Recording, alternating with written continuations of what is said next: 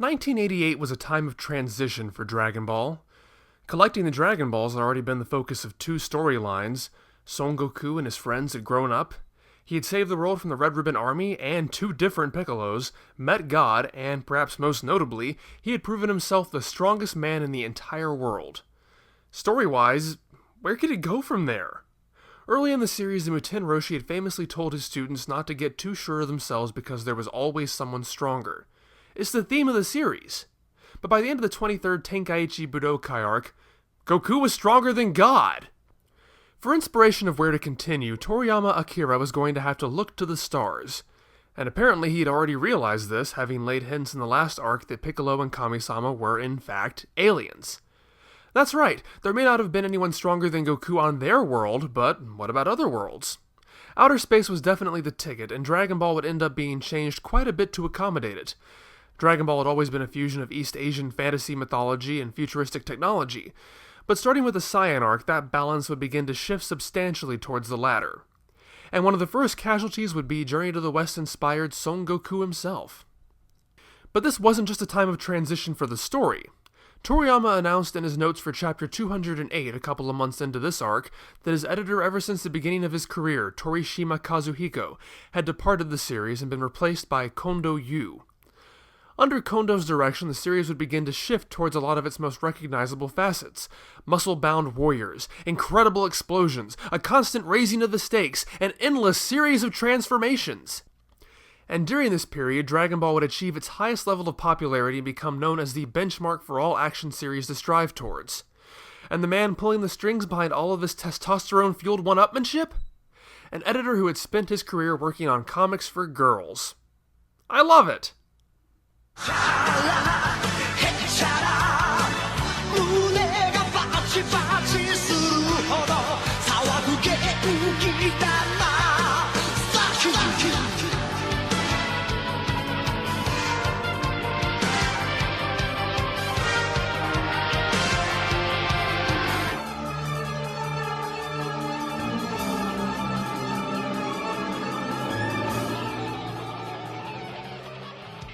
So, 5 years of peace have passed since the last chapter. Goku has saved the world so farmers like this guy can put hay into his Chevy, take care of his bird things, be an ambassador to a visitor from another world, and be killed by that visitor from another world. The visitor cuts a menacing figure. He's very tall and muscular, he has hair that even the most flamboyant 80s glam rock bands would covet. And that armor. Love that armor. The small device over his eye tells him that the farmer has a battle power of 5, and that there's a much stronger battle power 4,880 units away, which he assumes is Kakaroto, apparently the person he's searching for, and whom he blames for the inhabitants of this planet still being alive. However, the high battle power turns out to be Piccolo, who seems to have spent the past 5 years just hanging around, not trying to take over the world at all. And when he senses a great power coming towards him, he assumes it's Son Goku. The two posture at each other, which turns into a fight, which turns into the dust clearing to show the visitor completely unscathed, which turns into Piccolo about to be killed until the visitor's device happens to find another, stronger power. And as the visitor flies off towards it, we get to see what this Kakaroto looks like. Chapter 195 of Dragon Ball is interesting in that it's the very first chapter of the series in which Son Goku does not technically appear at all. It's certainly a sign of things to come, but even so, it's pretty unusual for a chapter to feature only an established villain and two new characters, and to have the viewpoint character be one of those unknowns. Imagine reading this chapter in isolation when it was first released. It's definitely a unique way to start the arc. Chapter 196 brings the story back into more familiar territory as Bluma arrives at Kame House. Apparently this is the first time they've seen each other in 5 years, and this is a planned reunion of sorts. But it's not a really good one. Lunch is said to have left Kame House 5 years ago to chase after Ten Shinhan. Bluma's pissed at Yamcha for some unspecified reason, so she chose not to even tell him about it. And I guess Ten Shinhan and Chaozu's invitations got lost in the mail because they're not there either. Nor is Oolong. Or Puar. But at least Goku was invited, so we've got about half of a Dragon Team reunion. And he's brought someone with him, too. Oh, it must be that Kakaroto guy. No, actually, it's Son Gohan, Goku's 3-year-old son. Kuririn, Kame-Sennin, and Bluma react to this news with the expected level of shock. I mean, just imagine Goku trying to figure out sex. And now that I made you think about that, moving on. Gohan, named after Goku's grandfather, is the spitting image of his father, right down to his tail. He even wears the Sushinshu on his hat. His personality, though, is much more reserved and polite due to Chi-Chi's influence. And yes, you heard that right, I said 3 years old. This is something I would never have known were it not for Julian Grabowski of Kanzenshu going through every issue of Shonen Jump with Dragon Ball in it, and then including this particular finding in their Dragon Ball 30th Anniversary magazine. It seems that by the very next week Toriyama had changed his mind, so 197's title page has gone introducing himself, only now he's 4. But since not only the TV series, but subsequent printings of this chapter changes his declaration to 4, his original age is almost all but lost. But Toriyama wrote him as 3.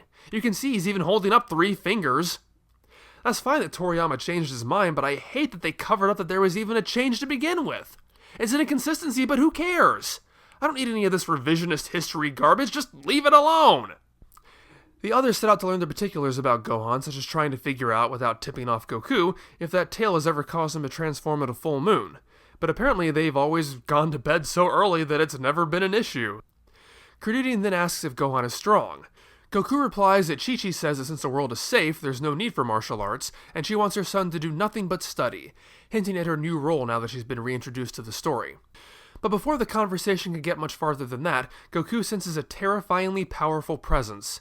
It's the alien, who refers to Goku as Kakaroto, and by way of Krillin reveals that he, like Gohan, has a tail. Goku, obviously, has no idea who he is, so the visitor is convinced he must have suffered a head injury, to which Goku replies he does have a scar he's never had reason to mention before until now. And Kame-Sennin confirms that the elder Gohan told him about the boy he had found, who was absolutely wild and uncontrollable, until he fell down a gorge and bumped his head. And with all the retcons flying around or about to fly around, it can be hard to decipher what's old information we've always known, as opposed to new information we've now always known. So it is worth remembering that way back in the first arc, Kame-Sennin does say Gohan had told him about the monkey-tailed kid he adopted, so these new details actually fit pretty well. Then again, aside from the head injury, Kame-Sennin doesn't really say anything beyond what Goku himself had already exposited at the beginning of the series. However, the visitor confirms that Goku is not one of Earth's humans, but that he's an alien who was sent to Earth to eradicate life on the planet to make it suitable for conquest and sale, and that the visitor is Goku's older brother Raditz. Quite a lot to take in all at once, not just for Goku and friends, but for us as well. So let's go over this. First off, the race of aliens Goku is said to come from is called Saiyajin, which literally means Saya people or Saiyans. Saya is an anagram of the Japanese word yasai, which means vegetable. And as such, all Saiyan-related names are vegetable puns. Raditz is a play on radish, Kakaroto is carrot. Even their home planet, said by Raditz to have been destroyed by a meteor, is named Vegeta, which is a shortening of the English word vegetable. Goku has also now been retconned into an alien. Toriyama is the first to admit that this is not something he had planned from the beginning. Goku was created the way he was because he was based off of Sun Wukong from Journey to the West. But now most of those traits, like the tail and the transforming into a great ape, are said to be the result of his alien heritage. Oolong wonders aloud back in the first arc whether or not Goku is an alien, so once again this rewrite flows surprisingly smoothly. Conspiracy theory-minded fans often point to a moment in the anime when we see Goku from Sergeant Metallic's perspective, with his ocular readout saying, among other things, the word alien in English, and try to use this as evidence that those in charge already knew Goku was an alien.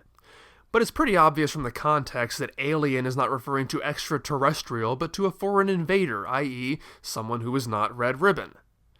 But then later in the Piccolo arc, Piccolo questions how a human can be so strong, to which Goku replies that he has a tail, so maybe he's not human. Maybe Toriyama had already decided or was playing with the idea that Goku might be an alien? Perhaps. However, it's important to look at the way in which Dragon Ball uses the word human, or ningen. Raditz does not in fact tell Goku that he is not human, he tells Goku that he is not one of this planet's humans. While that could just be semantics, generally in Dragon Ball the term human is used for any sentient humanoid, regardless of place of origin, provided that they are not possessing of divinity. For example, the artificial humans refer to both Goku and Vegeta as humans despite being aware of their ancestry. In the Buu arc, we'll find Kibito mesmerized by how strong these humans are and complaining about how humans are in the holy Kaioshin realm. And in the arc we just finished, Kami-sama in the guise of Shen confides to Yamcha that he's not quite human, among other references to the human body he's using. And he's obviously referring to the fact that he's a god, not that he's an alien, since he doesn't even know that. Then again, upon hearing this, Yamcha's immediate reaction is to ask if he's an alien, so who knows. But it is worth being aware of. Raditz explains how their society works. Adult Saiyans are sent to stronger worlds, while babies, like Goku was, are sent to weak worlds. However, due to their home planet being destroyed, there are only 4 remaining Saiyans, which is a bit hard to swallow given that they were just explained to be a race that routinely travels to other planets. But the other 3 have found a planet that's a bit too difficult to conquer, so Raditz is here to recruit Goku. Goku naturally refuses, so Raditz decides to kidnap Gohan, whom he recognizes as Goku's offspring by his tail. When Goku attempts to stop him, Raditz disables the world's strongest man in just 1 hit. Then he tells him that if he wants his son back alive, he'll have to pile 100 corpses on the island by the same time tomorrow. Raditz flies off with Gohan in tow, and Goku immediately prepares to head after him, but the others stop him and try to formulate a plan. Goku thinks of one: grab his tail. Goku's tail was always his weak point, so it stands to reason that Raditz's would be too. Except that it really doesn't stand to reason if you think about it.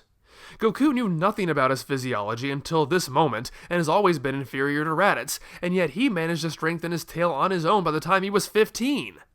And yet he thinks Raditz, who grew up knowing what he was and why his body worked the way it did, and was surrounded by other people like him who would likewise know more about their own bodies than Goku would, wouldn't have managed to do the same? To go ahead and skip forward, yes, it does work. I'm just saying it's odd that they'd be so sure it's going to work when nearly everyone present has already witnessed it not working firsthand. Goku recruits Kuririn and Kame-Sennin into the fight, and he even thinks to use the Dragon Ball on Gohan's hat to locate him. However, when a panicking Kuririn reminds himself that should something happen to him, they can use the Dragon Balls to bring him back to life, Goku puts the kibosh on that. It turns out that God had told him that Shenlong will not grant the same wish more than once. For some reason. Well, the obvious reason for this, and the only application it will ever have in the story, is that it prevents the same person from being wished back to life more than once. In other words, it's a means of trying to maintain death having consequences in the light of a wish-granting dragon.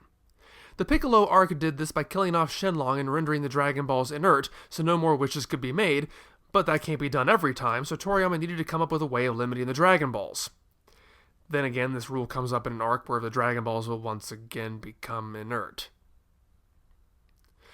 Despite learning that death would be for keeps this time around, Kuririn and Kame-Sennin still prepare to support Goku in the fight, but they're stopped by Piccolo, who'd been observing the whole thing from behind the house. He insists that defeating Raditz gives them a common cause, that Goku wants his son back and Piccolo doesn't need the competition in taking over the world. And that being the case, it's in their best interest to join forces, as he's much stronger than Kuririn and Kame-Sennin. And this is probably part of the reason why the reunion was so poorly attended. Toriyama needed Piccolo's offer to be as enticing as possible to justify why Goku would so easily team up with his archenemy. Having less than half of Goku's fighting allies around helps. Having the only ones who are be those who are unable to return to life again really clinches it. So Goku takes the Dragon Radar from Bluma, who, as always, just happens to have it with her for no reason, and he and Piccolo fly off to do battle.